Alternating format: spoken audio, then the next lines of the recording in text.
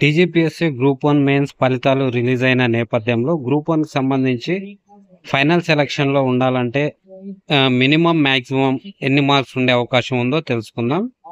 So, Telugu medium అభ్యర్థులకైతే గతంలో కంటే మంచి పర్ఫార్మెన్స్ ఇచ్చినట్టుగా తెలుస్తోంది.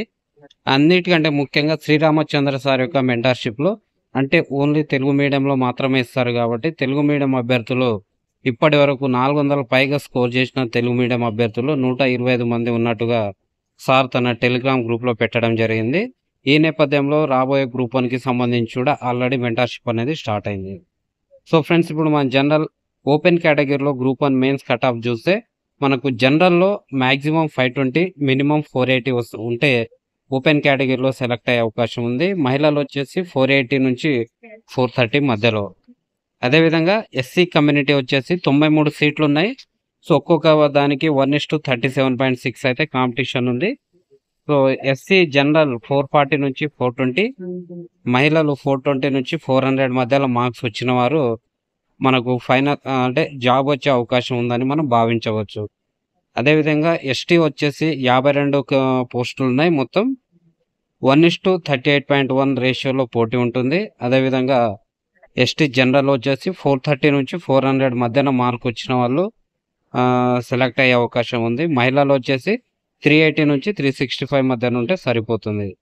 సో అదేవిధంగా బీసీ ఈ విధంగా ఉంది.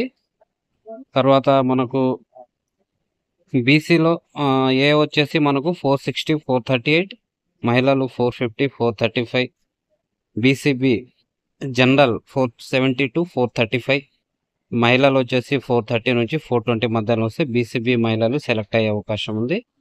అదేవిధంగా బీసీసీ 472, 450, బీసీసీ మహిళలు 440 420 మధ్యన ఈ మార్క్స్ రేంజ్లో ఉంటే మనము సెలక్షన్ మీద ఆశలు పెట్టుకోవచ్చు. బీసీడీ వచ్చేసి ఈ విధంగా, అదేవిధంగా బీసీఈ.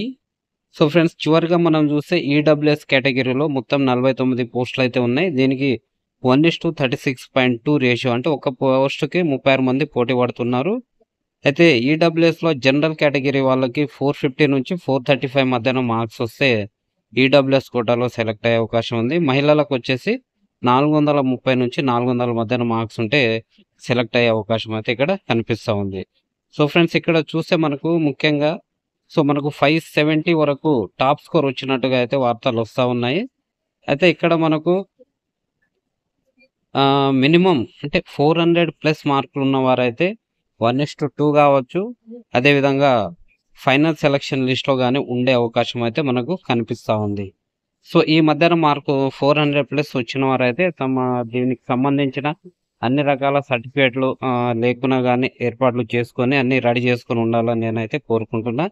ఎవరైతే 400+ మార్కులు సాధించారో వారికి నేను మరొకసారి కంగ్రాచులేషన్ తెలియజేస్తున్నాను. So thank you very much. జై హింద్.